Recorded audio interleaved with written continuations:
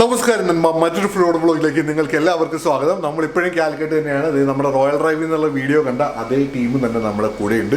നമ്മുടെ എന്താ പറയുക, നമ്മൾ ഇന്ന് നിൽക്കുന്നത് ലാബ് 47 എന്ന് പറഞ്ഞ പെർഫോമൻസ് സ്റ്റുഡിയോയിലാണ്.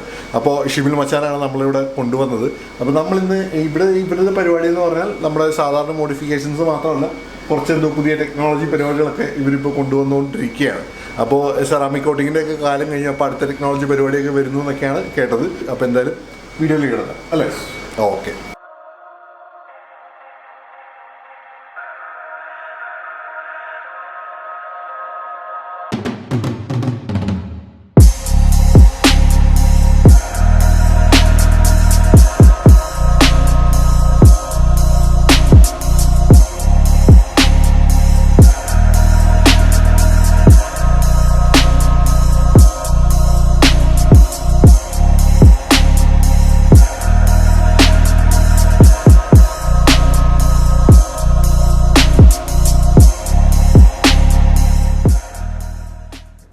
ഇദ്ദേഹമാണ് നമ്മുടെ ലാബ് 47 ഓൾ ഇൻ ഓൾ ആയ മിസ്റ്റർ ജിതേഷ് അല്ലേ? അപ്പോൾ നമ്മുടെ ഇവിടുത്തെ പരിപാടികൾ എന്തൊക്കെയാണ് നമ്മളിവിടെ ചെയ്യുന്നതെന്ന് ഒന്ന് പറഞ്ഞു. ഇവിടെ മെയിൻലി നമ്മൾ ചെയ്യുന്നത് ബോഡി കിറ്റ്സ് അസംബ്ലിംഗ് ആണ്. ബോഡി കിറ്റ്സ് പെർഫോം, അതായത് നമ്മളൊരു നോർമൽ വെഹിക്കിൾസിന്റെ അപ്ഗ്രേഡഡ് വേർഷനിലേക്ക് മാറ്റുന്ന ബോഡി കിറ്റ്സ്. പിന്നെ പറഞ്ഞ പോലെ ഈ ഫേസ് ലിഫ്റ്റിംഗ്, അതായത് വെച്ചിട്ടുണ്ടെങ്കിൽ പഴയ വണ്ടികളെ പുതിയ ഷേപ്പിലേക്ക് മാറ്റാം. അതായത് ആ ഒരു ഷേപ്പ് തന്നെ നിലനിർത്തിക്കൊണ്ടുള്ള മോഡിഫിക്കേഷൻസ് മാത്രം, അതായത് ലീഗലായിട്ടുള്ള മോഡിഫിക്കേഷൻസ് മാത്രം. അതായത് ലീഗലായിട്ടുള്ള മോഡിഫിക്കേഷൻസ് മാത്രം. അതായത് നമ്മള് ഇപ്പം സാധാരണ ഒരു വണ്ടി ഇപ്പം പഴയ ഒരു എസ് ക്ലാസ്സിന് പുതിയ എസ് ക്ലാസ്, അതായത് 2008 വണ്ടീനെ പുതിയ എസ് ക്ലാസ് ആക്കാൻ പറ്റുമെന്ന് ചോദിച്ചാലൊന്നും പറ്റില്ല. പക്ഷെ എന്നിരുന്നാലും ആ ഒരു വേർഷൻ വെച്ചിട്ട് തന്നെ ഒരു 2008 നമുക്ക് 2010 വരെ 10-11 വേർഷനിലേക്ക് മാറ്റാം. പിന്നെ അതേപോലെ തന്നെ 2015 വേർഷൻ ഉള്ളതിന് ഒരു 2019 മിഡ് വരെ ഉള്ളതിലേക്ക് മാറ്റാം. പിന്നെ അങ്ങനത്തെ ആ ഒരു ടൈപ്പ് ഓഫ് മോഡിഫിക്കേഷൻസ് ആണ് ചെയ്യുന്നത്. പിന്നെ രണ്ടാമതെന്ന് പറഞ്ഞിട്ടുണ്ടെങ്കിൽ എക്സോ സിസ്റ്റം, അതായത് പെർഫോമൻസ് എക്സോ സിസ്റ്റം, പിന്നെ സസ്പെൻഷൻസ്, ബ്രാൻഡഡ് അലോയ് വീൽസ്, പിന്നെ സെറാമിക് കോട്ടിങ്സ്, ഡീറ്റെയിലിംഗ് ജോബ്സ്, പിന്നെ PPF, പിന്നെ അതേപോലെ തന്നെ ബോഡി റാപ്പിംഗ്. അത്രയുമാണ് ഇപ്പോൾ നമ്മൾ ഇവിടെ ചെയ്തുകൊണ്ടിരിക്കുന്നത്. അപ്പോൾ നമുക്ക് എന്തായാലും ഇന്നിവിടെ കുറച്ചധികം വണ്ടികൾ ഇറങ്ങുന്നു. പുറത്തൊരു RS5 ഒരു കാരിയർ ഒക്കെ കണ്ടു. അപ്പോൾ നമുക്ക് എന്തായാലും ഇവർ ഓരോ വണ്ടികളായിട്ട് എന്തൊക്കെയാണ് ചെയ്തുകൊണ്ടിരിക്കുന്നത് ചെറുതായിട്ടൊന്ന് കണ്ടുപിടിക്കാലോ. ഓക്കെ.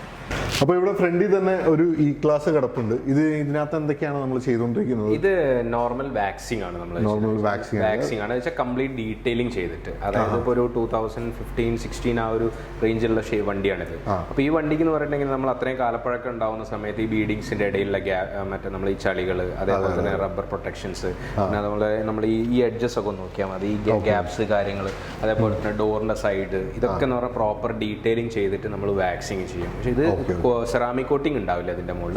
ബാക്കി എല്ലാം ആസ് ഇറ്റ് ഈസ് നമ്മൾ ഒരു ലുക്ക് വൈസിൽ നോക്കിയാൽ നമുക്ക് ആക്ച്വൽ സെറാമിക് ചെയ്ത പോലെ തന്നെ ഉണ്ടാവും. അതെ, ഓരോ കസ്റ്റമേഴ്സിന്റെ ഒരു ആവശ്യപ്രകാരം. കാരണം ചിലവർക്ക് എന്ന് പറഞ്ഞിട്ടുണ്ടെങ്കിൽ ഇത്രയും സെറാമിക് എന്ന് പറയുന്ന സാധനം കുറച്ച് ബിറ്റ് എക്സ്പെൻസീവ് ആണ്. ആ എക്സ്പെൻസ് അത്രയും താങ്ങാൻ പറ്റാത്തവർക്ക് വേണ്ടിയിട്ടാണ് നമ്മൾ ഇത് നമ്മൾ ഇങ്ങനത്തെ ഒരു സെഗ്മെന്റ് കാർ ചെയ്യുമ്പോൾ അറൗണ്ട് എന്ന് പറഞ്ഞാൽ 10,000 to 12,000 ആണ് നമ്മൾ ചാർജ് ചെയ്യാറ്. 12,000 എന്ന് പറയുന്നത് വെച്ചിട്ടുണ്ടെങ്കിൽ ചില സമയത്ത് ഈ വണ്ടിയുടെ വലുപ്പമാണ്. ഇപ്പൊ ഈ വണ്ടിക്കാണെങ്കിൽ നമ്മൾ 10,000 ആണ് ചാർജ് ചെയ്യുക, ഇൻക്ലൂഡിങ് ഇന്റീരിയറും അതേപോലെ തന്നെ ഇഞ്ചിൻ ഡക്ട്സ്, അതായത് ഈ ഇഞ്ചിൻ റൂംസ് കാര്യങ്ങൾ, പ്ലസ് എലോയ് വീൽ ഡീറ്റെയിലിങ്ങും കാര്യങ്ങളും എല്ലാം അടിമുടി.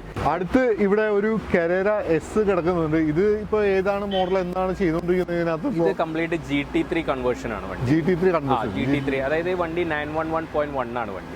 അതിന് 911.2ലേക്കുള്ള ഫേസ് ലിഫ്റ്റിംഗ് ആണ് GT കിറ്റ്. ശരി. അപ്പോൾ ഇത് എങ്ങനെയാണ് ഇതിന്റെ പാർട്സ് ഒക്കെ എവിടെ നിന്ന് സോഴ്സ് ചെയ്യുന്നതൊക്കെ? ഇത് മെയിൻലി ഇങ്ങനത്തെ വണ്ടിയൊക്കെ എന്ന് പറയുന്നത് നമുക്ക് കുറേ സാധനങ്ങളൊക്കെ നമുക്ക് ഇവിടെ തന്നെ അവൈലബിൾ ഉണ്ട്. മീൻസ് നമ്മൾ ഇവിടെ തന്നെ ഓർഡർ പ്ലേസ് ചെയ്തിട്ട് പുറത്തുനിന്ന് വരുന്ന, മെയിൻലി എന്ന് പറഞ്ഞിട്ട് ഇങ്ങനത്തെ വണ്ടിയൊക്കെ തായ്വാൻ മെറ്റീരിയൽസ് ആണ് കൂടുതൽ യൂസ് ചെയ്യുന്നത്. കാരണം വെച്ചാൽ ഇതിന്റെ ഒക്കെ ഒറിജിനൽ സാധനങ്ങൾ എന്ന് പറഞ്ഞാൽ ജർമ്മനിന്ന് വരണം. അതൊക്കെ എന്ന് പറഞ്ഞാൽ കുറച്ച് വളരെ എക്സ്പെൻസീവ് ആണ്. ബട്ട് എന്നാലും നമുക്ക് കിട്ടാവുന്നതിൽ ഏറ്റവും ബെസ്റ്റ് ക്വാളിറ്റി മെറ്റീരിയൽസിലാണ് നമ്മൾ ഇവിടെ സോഴ്സ് ചെയ്യുന്ന എല്ലാ ബോഡി കിറ്റ്സും ചെയ്യുന്നത്. ഇതൊക്കെ ഇപ്പൊ തായ്വാനിൽ നിന്നൊക്കെ വരുമ്പോൾ നമുക്ക് അതിന് ഒരുപാട് ഡിലേസ് ഒക്കെ വരുമോ, എങ്ങനെയാണ്? അല്ല, ആക്ച്വലി എന്ന് പറഞ്ഞാൽ നമ്മൾ ഡയറക്റ്റ് ഇമ്പോർട്ട് ചെയ്യുന്ന ആൾക്കാരൊന്നുമല്ല. കാരണം വെച്ചിട്ടുണ്ടെങ്കിൽ നമുക്ക് ഇവിടെ ഇവിടെ ഇന്ത്യയിൽ ഒരുപാട് ഇമ്പോർട്ടേഴ്സ് ഉണ്ട്. കാരണം ഇങ്ങനത്തെ മെറ്റീരിയൽസ് ഇമ്പോർട്ട് ചെയ്യുന്ന ഒരുപാട് ആൾക്കാരുണ്ട്. നമ്മൾ അവരുടെ അടുത്ത് നിന്നാണ് നമ്മൾ സോഴ്സ് ചെയ്യുന്നത്. നമ്മൾ പലരും പറയുന്നത് വെച്ചാൽ ഞങ്ങൾ ഡയറക്റ്റ് കൊണ്ടുവരാണ് എല്ലാം പറയുന്ന ആൾക്കാരുണ്ട്. പക്ഷെ അതൊക്കെ ഒന്നും ഒരിക്കലും പ്രാവർത്തികമല്ല. കാരണം നമ്മൾ ഇങ്ങനത്തെ ഒരു ഷോപ്പ് റൺ ചെയ്യുമ്പോൾ നമുക്ക് ഒരു വണ്ടിയുടെ കിറ്റ് മാത്രമായിട്ട് നമ്മൾ പർച്ചേസ് ചെയ്യുമ്പോൾ നമുക്ക് അതിലൊന്നും വലിയ അല്ല കാര്യങ്ങളില്ല. കാരണം വെച്ചാൽ പിന്നെ ബൾക്ക് പർച്ചേസ് ചെയ്യണം അതൊക്കെ. പിന്നെ നമ്മുടെ നാട്ടിൽ ഇപ്പോഴത്തെ ഈ ഒരു ട്രെൻഡ് ഇപ്പൊ സ്റ്റാർട്ട് ചെയ്തിട്ടേ ഉള്ളൂ. കാരണം ഇങ്ങനത്തെ വണ്ടി ചെയ്യുന്നതും കാര്യങ്ങളും ഫേസ് ലിഫ്റ്റിംഗ് ഒക്കെ ഇപ്പൊ ഇറങ്ങിയിട്ടുള്ളൂ. അപ്പൊ അതിനനുസരിച്ച് ആ ഒരു ടൈം വരുമ്പോൾ നമ്മളും ഈ ഒരു സെഗ്മെന്റിലേക്ക് ഇമ്പോർട്ടിംഗ് എന്നുള്ളൊരു പരിപാടിയിലേക്ക് വരും. ശരി, ഓക്കെ. അപ്പൊ ഈ പരിപാടിയുടെ ചെലവ് നമുക്കൊരു എസ്റ്റിമേറ്റ് അങ്ങനെ എന്തെങ്കിലും പറയാൻ പറ്റുമോ? അറ്റ് പ്രസന്റ് ഇപ്പൊ എനിക്കെന്ന് വെച്ചിട്ടുണ്ടെങ്കിൽ നമുക്കൊരു അപ്രോക്സിമേറ്റ് ഫിഗറെ പറയാൻ പറ്റുള്ളൂ. കാരണം ഈ വണ്ടിക്ക് സംബന്ധിച്ച് ഒരുപാട് വർക്ക്സ് ഉണ്ട്. കാരണം ഫേസ് ലിഫ്റ്റിംഗ് വിത്ത് പീലബിൾ പെയിന്റ്. പീലബിൾ പെയിന്റ് ഉദ്ദേശിക്കുന്നത് വെച്ചിട്ടുണ്ടെങ്കിൽ ഈ വണ്ടിയുടെ ഇപ്പൊ യെല്ലോ കളർ ആണ്. പുള്ളി ഈ ഒരു കസ്റ്റമർക്ക് യെല്ലോ കളർ താല്പര്യമില്ല. അപ്പൊ നമ്മൾ എന്താ വെച്ചാൽ ഈ യെല്ലോ മാറ്റിയിട്ട് പുള്ളിക്ക് റെഡ് കളറാണ്. അപ്പൊ ഇതിന് റെഡ് കളർ പീലബിൾ. അപ്പൊ നമ്മൾ വെച്ചിട്ടുണ്ടെങ്കിൽ ഒറിജിനൽ പെയിന്റിന് യാതൊരുവിധ ഡാമേജും പറ്റാതെ നമ്മൾ ചെയ്യുന്ന ഒരു പ്രോസസ്സാണ് പീലബിൾ പെയിന്റ്. അത് നമുക്ക് ജസ്റ്റ് സ്റ്റിക്കർ പോലെ തന്നെ. ഇനിയിപ്പോൾ കുറച്ച് കാലം കഴിഞ്ഞിട്ട് നമുക്കത് വേണ്ടാന്ന് തോന്നുകയാണെങ്കിലും യാതൊരുവിധ ഡാമേജും ഇല്ലാണ്ട് നമുക്ക് എന്ത് ചെയ്യാം, നമ്മുടെ റാപ്പിംഗ് ചെയ്യുന്ന പോലെ തന്നെ കംപ്ലീറ്റ് പീലബിൾ. പക്ഷേ ഇത് പീലബിൾ പെയിന്റ് എന്ന് പറയുമ്പോൾ നിങ്ങൾ സ്പ്രേ പെയിന്റ് പോലെ ചെയ്യാം. പ്രോസസ് എല്ലാം കംപ്ലീറ്റ്ലി വാട്ടർ ബേസ്ഡ് ആണ് വരുന്നത്. വാട്ടർ ബേസ്ഡ് പെയിന്റിംഗ് ആണ് വരുന്നത്. അപ്പോൾ അതായത് നിങ്ങൾ സ്പ്രേ ചെയ്യുന്ന പെയിന്റ് കുറച്ച് നാൾ കഴിഞ്ഞാൽ നിങ്ങൾക്ക് പീൽ ഓഫ് ചെയ്ത് പറിച്ചെടുക്കാം. കാരണം നമ്മൾ ഡയറക്റ്റ് പെയിന്റ് അല്ല ഇതിലേക്ക് ചെയ്യുന്നത്. ഇതിന്റെ മുകളിൽ നമുക്ക് ടോപ്പ് കോട്ട്സ് ഒക്കെ വരുന്നുണ്ട്. ഒരുപാട് ടോപ്പ് കോട്ട് വരുന്നുണ്ട്. 5-6 ലെയർ ടോപ്പ് കോട്ട് തന്നെ വരുന്നുണ്ട്. അതൊക്കെ കഴിഞ്ഞതിന് ശേഷമാണ് നമ്മൾ എന്ത് ചെയ്യുക, നമ്മൾ അടിക്കേണ്ട കളർ നമ്മൾ ഇതിന്റെ മുകളിൽ ചെയ്യാം. ശരി. അപ്പൊ ഇത് കുറച്ച് ഈ പീലബിൾ പെയിന്റ് ചെയ്യുന്ന പ്രോസസ്സ് ഏകദേശം എത്ര എക്സ്പെൻസ് ഉള്ള പ്രോസസ്? അത് അറ്റ് പ്രസന്റ് കുറച്ച് എക്സ്പെൻസീവ് ആണ്. ഞങ്ങളിപ്പോ രണ്ടാമത്തെ വണ്ടിയാണ് ചെയ്യുന്നത്. ഇത് ആദ്യം ഒരു വണ്ടി ചെയ്തു, ഇപ്പൊ രണ്ടാമത്തെ വണ്ടിയാണ് ചെയ്തത്. ഇപ്പൊ ഏകദേശം എന്ന് പറഞ്ഞാൽ ഒരു 2.20 220 ആ റേഞ്ചിലാണ് ഇപ്പം നിൽക്കുന്നത്. കാരണം നമുക്ക് അവൈലബിലിറ്റി, മെറ്റീരിയൽ, കാര്യങ്ങൾ ഒരുപാട് ചാർജ് ചെയ്യുന്നത് അതാണ്. താഴേക്ക് വരും തീർച്ചയായിട്ടും. കോമ്പറ്റീഷൻ വരുന്നിടത്തോളം എന്തായാലും താഴോട്ട് വരും. ഇനി അടുത്ത് ഇവിടെ കാണുന്ന വണ്ടിക്ക് ഒരുപാട് പ്രത്യേകത ഉള്ളൊരു വണ്ടിയാണ് അല്ലേ? അപ്പൊ അതെന്താണെന്ന് ചേട്ടൻ തന്നെ പറഞ്ഞോ. അതായത് നമ്മള് പറയുകയാണെങ്കിൽ ഇന്ത്യയിൽ തന്നെ ഫസ്റ്റ് വണ്ടിയാണ് ഈ ഒരു വണ്ടി. ഇത് ML ആണ്. സാധാ ML 350 2014 മോഡൽ ML 350. അതിനെ നമ്മൾ കംപ്ലീറ്റ് 2017-18 ഷേപ്പ് GL-ലേക്ക് ഫേസ് ലിഫ്റ്റ് ചെയ്തു. അത് ശരി. അതായത് സകലതും മാറ്റി, കംപ്ലീറ്റ് ഇൻക്ലൂഡിംഗ് ഹെഡ് ലാംപ്സ്, അതേപോലെ തന്നെ ബോണറ്റ്. പുറത്തും നമുക്ക് എന്തൊക്കെ കാണാൻ പറ്റും അതൊക്കെ നമ്മൾ കംപ്ലീറ്റ്. അതായത് ഇൻക്ലൂഡിങ് നമ്മൾ ബോഡി ഷേപ്പിൽ ഇതിന് ബോഡി ലൈനിങ്ങിൽ വലിയ വ്യത്യാസം വരുന്നില്ല. അതായത് ML-ഉം GL-ഉം തമ്മിൽ ബോഡി ലൈൻ ആകെ ഈ ഒരു ഫ്രണ്ടിൽ വരുന്ന ബോണറ്റ്സും ഹെഡ് ലാംപ്സും പിന്നെ അതേപോലെ തന്നെ ഈ ഫ്രണ്ട് ബമ്പേഴ്സും മാത്രമാണ് വ്യത്യാസം വരുന്നത്. പിന്നെ അതേപോലെ തന്നെ ടെയിൽ ഗേറ്റ് ലൈറ്റ്സ്, ഇത്ര സാധനങ്ങൾ മാറ്റം വരുന്നത്. അപ്പൊ നമ്മൾ ഇത് കുറെ ഒരു ചലഞ്ച് ആയിട്ടുള്ള വർക്കായിരുന്നു. കാരണം കസ്റ്റമർ നമുക്ക് ഒരു വിശ്വസിച്ചിട്ട് ആദ്യം ഓക്കെ നീ ചെയ്തോ എന്ന് പറഞ്ഞിട്ട് തന്നാണ്. പക്ഷെ നമുക്ക് അറിയില്ല, അന്നുപോലും അറിയില്ലായിരുന്നു ഇതൊരു സക്സസ് വർക്ക് ആവുന്നുള്ളത്. അത്രയും കുറച്ച് ഹെഡ് ഏക്സ് എടുത്തിട്ടുണ്ട് ഈ വണ്ടീന്റെ മുകളിൽ. ഇത് ഈ ഒരു ഫേസ് ലിഫ്റ്റ് ചെയ്തിട്ട് ഈ ഒരു ഷേപ്പിലേക്ക് മാറ്റാൻ. പിന്നെ ഈ ഒരു വണ്ടി എന്ന് പറഞ്ഞിട്ടുണ്ടെങ്കിൽ നമ്മളൊരു സാധനവും ഇതിന്റെ മുകളിൽ ഞാൻ നേരത്തെ പറഞ്ഞ പോലെ ഈ ടൈബൈൻ ഐറ്റംസോ അങ്ങനത്തെ ഒരു സാധനം ഈ വണ്ടീന്റെ മുകളിൽ ഉപയോഗിച്ചില്ല. ഒക്കെ ജെനുവിൻ ആക്സസറി, അതായത് മെർസിഡീസ്, ആക്ച്വൽ മെർസിഡീസിന്റെ സാധനങ്ങളാണ് ഈ വണ്ടിയിൽ യൂസ് ചെയ്തിരിക്കുന്നത്. ഇൻക്ലൂഡിംഗ് വയറിംഗ് കിറ്റ് മുതൽ സാം ബോക്സ് വരെ എല്ലാം. പിന്നെ ഈവൻ കോഡിംഗ്. കാരണം വെച്ചാൽ നമ്മൾ ഈ ബെൻസിന്റെ ഹെഡ് ലാംപ്സ് ഒക്കെ മാറ്റുമ്പോൾ മസ്റ്റ് ആയിട്ട് കോഡിംഗ് ചെയ്യണം. അതായത് ഇതിന്റെ ഫംഗ്ഷൻ വർക്ക് ചെയ്യണമെങ്കിൽ കോഡിംഗ് ചെയ്യണം. ആ കോഡിംഗ് മുതൽ എല്ലാം ഒറിജിനൽ മെർസിഡീസിന്റെ ആണ് ചെയ്തിരിക്കുന്നത്. അപ്പൊ ഇതെല്ലാം കൂടെ ഒന്ന് പണിഞ്ഞു വരുമ്പോൾ ശരിക്കും ഒരു വണ്ടിയുടെ തന്നെ പൈസ ആയെന്ന് പറയാൻ പറ്റുമോ? ഇല്ല, നമുക്കിപ്പോ ഈ ഒരു മാർക്കറ്റ് പ്രൈസിൽ എന്ന് പറയുകയാണെങ്കിൽ ഒരു ML 350 ഒക്കെ വാങ്ങുകയാണെങ്കിൽ എനിക്ക് തോന്നുന്നു അറൗണ്ട് ഒരു 20 to 25 lakhs അടുത്ത്, അറൗണ്ട് ബിലോ ദാറ്റ് അത്രേ ആ റേറ്റേ വരുള്ളൂ. പിന്നെ ഈ ഒരു ML ചെയ്യണമെന്നൊക്കെ നമുക്ക് ചാർജ് ചെയ്യുന്നത് അറൗണ്ട് 7.5 lakhs ആണ് ചാർജ് ചെയ്യുന്നത്. കാരണം വെച്ചാൽ ഇതെല്ലാം ഒറിജിനൽ ആക്സസറീസ് ആയതുകൊണ്ടാണ് നമ്മൾ ഇത് ചെയ്യുന്നത്. പിന്നെ ഈ ഒരു വണ്ടിയുടെ കസ്റ്റമർ എന്ന് പറഞ്ഞാൽ അത്രയും അറ്റാച്ച്മെന്റ് ഉള്ളൊരു, ഈ വണ്ടിയായിട്ട് ഭയങ്കര അറ്റാച്ച്മെന്റ് ഉള്ള ഒരു കസ്റ്റമർ. പുള്ളി എന്തായാലും ഈ ഒരു വണ്ടി കൊടുക്കൂല എന്തായാലും. ഇപ്പൊ പുള്ളിക്ക് എന്ന് പറഞ്ഞിട്ടുണ്ടെങ്കിൽ എന്തെങ്കിലും ഒരു മാറ്റം. പിന്നെ നമുക്കൊരു ഓപ്ഷൻ ഉള്ള വെച്ചാൽ ML നിർത്തിയിട്ട് ML-ന്റെ AMG കിറ്റ് ഇട്ട് കൊടുക്കാന്നുള്ളൊരിതുള്ളൂ. പക്ഷെ പുള്ളിക്ക് അതൊന്നും ഒരു വ്യത്യാസം വരണം എന്ന് പറഞ്ഞു.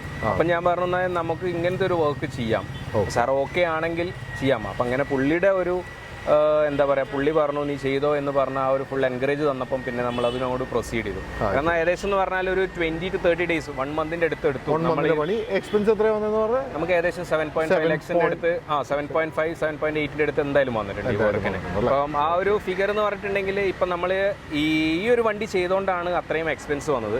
ഇനിയുള്ളതിനാ നമ്മൾ അത്ര എക്സ്പെൻസ് വരില്ല. കാരണം വെച്ചാൽ നമുക്ക് ഒരുപാട് കാരണം വെച്ചിട്ടുണ്ടെങ്കിൽ നമുക്ക് ഈ കോഡിങ്ങും കാര്യങ്ങളും എല്ലാം ചെയ്യുമ്പോൾ നമ്മളിപ്പോൾ ആ ഒരു ലെവലിലേക്ക് അറിഞ്ഞു വരുന്നേ ഉള്ളൂ.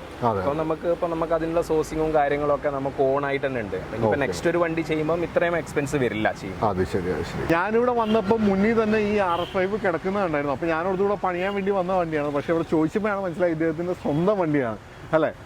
അപ്പൊ എടുത്തിട്ട് ഇതിനകത്തും പക്ഷേ ഞാൻ കരുതി ഒരു സെറാമിക് കോട്ടിങ് കഴിഞ്ഞ് കിടക്കുന്ന വണ്ടിയാണെന്ന് വിചാരിച്ചു. തിളക്കം വെക്കുന്നുണ്ട്. ഇത് ഞാൻ എടുത്തതിന് ശേഷമാണ് സെറാമിക് കോട്ടിങ് ചെയ്ത വണ്ടി തന്നെയാണ് അല്ലെ. സെറാമിക് കോട്ടിന്റെ കാര്യം പറയുമ്പോൾ നമ്മൾ അതിന്റെ ഒരു പുതിയൊരു നമ്മള് സെറാമിക് കോട്ട് അത് PPF, അതായത് ഈ നമ്മള് PPF എന്നുള്ള ഒരു ഇതെന്ന് പറഞ്ഞിട്ടുണ്ടെങ്കിൽ നമ്മള് കട്ട് ചെയ്തിട്ട് ഒട്ടിക്കുന്ന ഒരു സമ്പ്രദായമാണ് ഇപ്പോൾ ഉള്ളത്. അപ്പം നമ്മൾ അതിനൊരു വെറൈറ്റി ആയിട്ട്, അതായത് പെയിന്റബിൾ PPF, അതായത് നമ്മൾ ഈ നേരത്തെ പറഞ്ഞ പോലെ പീലബിൾ പെയിന്റ് ഇല്ലേ, ആ സെയിം പ്രൊസീജിയറിൽ തന്നെ നമുക്കിത് പെയിന്റ് ചെയ്യാം. നമുക്കത് കുറച്ച് കാലം കഴിഞ്ഞിട്ട് വേണമെങ്കിൽ നമുക്ക് ആസിഡ് സ്റ്റിക്കർ പറിച്ചെടുക്കുന്ന പോലെ തന്നെ പറിച്ചെടുക്കാം. അപ്പോൾ നമ്മളൊരു 4 to 5 days ഉള്ളിൽ നമ്മളത് എന്തായാലും അതിന്റെ ഒരു വർക്ക് ഏകദേശം കംപ്ലീറ്റ് ആവും. ഈ പരിപാടി കേരളത്തിൽ തന്നെ വന്നിട്ടില്ല എന്ന് തോന്നുന്നു അല്ലേ. അറ്റ് പ്രസന്റ് വന്നിട്ടില്ല എന്നാണ് ഞാൻ തോന്നുന്നത്. ഫസ്റ്റ് വരും.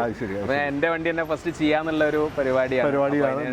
ആ ഒരു ഇതിലാണ് ഇപ്പൊ അതിന്റെ എക്സ്പെൻസിനെ പറ്റിയിട്ട് വല്ല ഐഡിയ അറ്റ് പ്രസന്റ് ഒന്നും പറയാൻ പറ്റില്ല. കാരണം നമ്മളിപ്പോ എന്തൊരു പുതിയ സാധനം കൊണ്ടുവരുമ്പോൾ സ്വന്തം സാധനം നമ്മളെ വണ്ടീന്റെ അപ്പൊ നമുക്ക് സെറാമിക് കോട്ടിംഗ് വെച്ച് നോക്കുമ്പോൾ ഇതിന്റെ ഒരു അഡ്വാൻറ്റേജ് എന്ന് പറയുന്നത് നമുക്ക് പീൽ ഓഫ് ചെയ്ത് കളയാം. അല്ല, പീൽ ഓഫ് അല്ല, പിന്നെ ഒന്നുകൂടി നമ്മൾ യൂസ് ചെയ്യുന്ന മെറ്റീരിയൽ എന്ന് പറഞ്ഞിട്ടുണ്ടെങ്കിൽ അത്രയും ക്ലാരിറ്റി ഉള്ള ഒരു മെറ്റീരിയൽ ആണ്. അത് വെച്ചിട്ടുണ്ടെങ്കിൽ നമ്മൾ ആക്ച്വൽ എന്ന് പറഞ്ഞിട്ടുണ്ടെങ്കിൽ ഇതിന്റെ മുകളിൽ പിന്നെ ചെയ്ത് കഴിഞ്ഞാൽ നമുക്ക് ഈ വേറെ സെറാമിക്കിനൊന്നും ആവശ്യം വരുന്നില്ല. കാരണം വെച്ചാൽ അത്രയും ക്രിസ്റ്റൽ ക്ലിയർ ആയിരിക്കും വണ്ടി. പിന്നെ ഇതിന് വെച്ചിട്ടുണ്ടെങ്കിൽ നമ്മൾ സെൽഫ് ഫീലിംഗ് തന്നെയാണ്. കാരണം ചെറിയ മൈന്യൂട്ട് ആയിട്ടുള്ള സ്ക്രാച്ചസ് ഒക്കെ അത് ഒരു കുറച്ച് നേരം കൊണ്ട് തന്നെ അത് സെൽഫ് ഫീലിംഗ് ആയി പോകും. അപ്പൊ അങ്ങനത്തെ ഒരു ഇതും കൂടി ഉണ്ട്. അപ്പോൾ എത്രത്തോളം നമ്മളെ നാട്ടിൽ പെർഫെക്റ്റ് ആണെന്നുള്ളത് ഇപ്പൊ ഞാൻ എന്റെ സ്വന്തം വണ്ടിയിൽ ചെയ്ത് നോക്കിയതിന് ശേഷം ബാക്കിയുള്ളത് പറയാവുന്ന കാര്യം. അതിന്റെ എക്സ്പെൻസ് എങ്ങനെയാ വരുന്നത്, വല്ല ഐഡിയ ഉണ്ടോ ഇപ്പോൾ? ഇല്ല, എന്തായാലും നമ്മളിപ്പം PPF സാധാരണ ഒരു PPF ചെയ്യണമെങ്കിൽ ഒരു വണ്ടി ചെയ്യണമെങ്കിൽ അപ്രോക്സിമേറ്റ് ഒരു 1.9-2 lakhs അടുത്ത് വരും. മീൻസ് നല്ല ക്വാളിറ്റി മെറ്റീരിയലൊക്കെ ചെയ്യുമ്പോൾ ഇങ്ങനത്തെ ഈ എക്സ്പെൽ പോലത്തെ മെറ്റീരിയലൊക്കെ വെച്ച് ചെയ്യുമ്പോൾ എന്തായാലും ആ റേറ്റ് വരും. ഇപ്പൊ ഇതിൻ്റെത് അപ്രോക്സിമേറ്റ് ക്ലോസ് ടു ദാറ്റ് എന്തായാലും അതിന്റെ അടുത്ത് തന്നെ വരും. പക്ഷെ നമുക്ക് എന്താ വെച്ചിട്ടുണ്ടെങ്കിൽ ഈ കട്ടിങ്സ് കാര്യങ്ങൾ വരുന്ന പ്രശ്നങ്ങളൊന്നും ഉണ്ടാവില്ല. പിന്നെ കുറച്ച് കഴിയുമ്പോൾ PPF കുറച്ച് കഴിയുമ്പോൾ ഈ പൊളിഞ്ഞ് വരുന്ന പ്രശ്നങ്ങൾ, പിന്നെ അതേപോലെ തന്നെ എഡ്ജൊന്നും ടക്കാവാത്ത പ്രശ്നം, അങ്ങനത്തെ ഇഷ്യൂസ് ഒന്നും എന്തായാലും ഈ ഒരു സംഭവത്തിന് ഉണ്ടാവില്ല. കാരണം വെച്ചാൽ നമ്മളിത് പെയിന്റിങ് ചെയ്ത പോലെ തന്നെ സെയിം പ്രോസസ്സാണ്. ഇത് ചെയ്ത് കഴിഞ്ഞാൽ നമുക്ക് കുറച്ച് കഴിഞ്ഞിട്ട് നമുക്ക് പറിച്ച് ഒഴിവാക്കും ചെയ്യാം. നമ്മൾ വെച്ചിട്ടുണ്ടെങ്കിൽ മെയിനായിട്ട് ബോഡിയുടെ സെയിം ഒറിജിനൽ കളേഴ്സിന് യാതൊരുവിധ ഡാമേജസും പറ്റില്ല.